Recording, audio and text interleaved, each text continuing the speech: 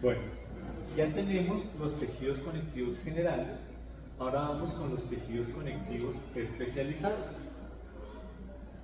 Los especializados eran especiales por alguna característica, bien sea de sus células o sean de su matriz.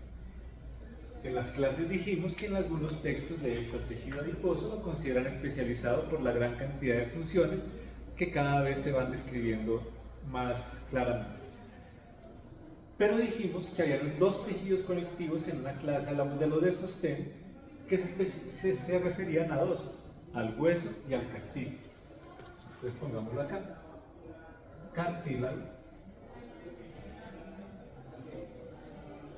y hueso.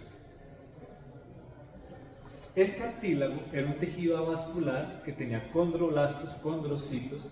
Cambiaba de acuerdo al cartílago, depende del tipo de fibra que tuviera y la composición de su matriz un poco, pero uno podría decir que cartílagos habían tres tipos. Había cartílago hialino, cartílago elástico y cartílago fibroso. El cartílago hialino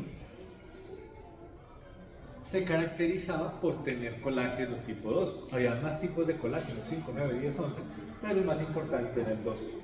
Tenía condrocitos, tenía grupos isógenos. El segundo cartílago era el cartílago elástico. Como su nombre lo indica en su matriz, además de colágeno tipo 2, lo que lo caracteriza es tener fibras elásticas, lo que le da elasticidad, capacidad de formación. Elástico. Y el tercer cartílago era el cartílago fibroso. El cartílago fibroso.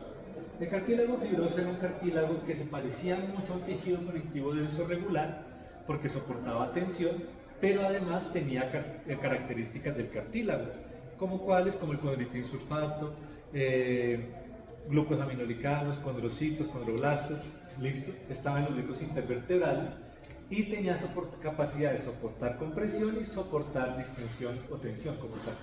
Ese cartílago se iba a llamar el cartílago fibroso o fibrocartílago.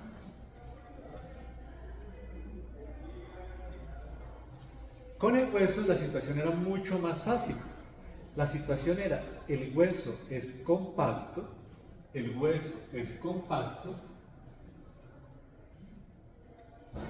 o el hueso es esponjoso. No solamente era en qué parte del hueso estaban, el compacto hacia afuera y el esponjoso hacia adentro. El compacto era mucho más grueso, el esponjoso, pues su nombre lo indica, es mucho más delgado, formaba estructuras pequeñas llamadas trabéculas óseas y se encontraba hacia el interior del hueso. Entonces podía ser hueso compacto o hueso esponjoso. De hecho, les tengo un modelo que nos puede servir.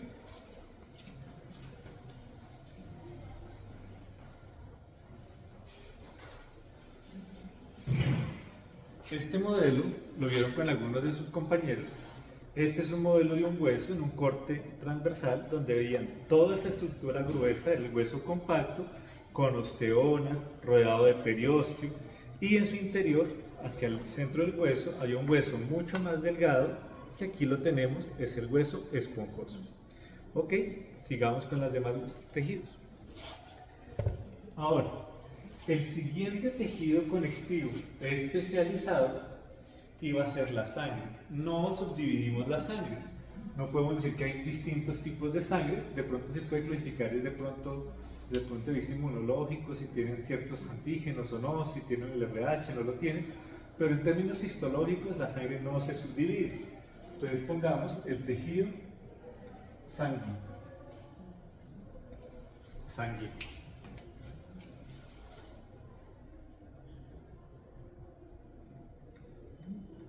Listo.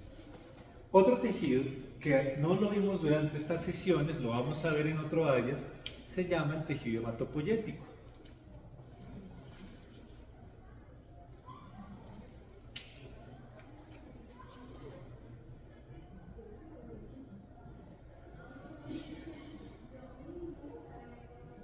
Ese tejido iba a ser importante porque permitía dar origen a las diferentes células de la sangre, inclusive otras células como los macrófagos, los plasmocitos, pero es un tejido inmaduro que vamos a ver en otro momento.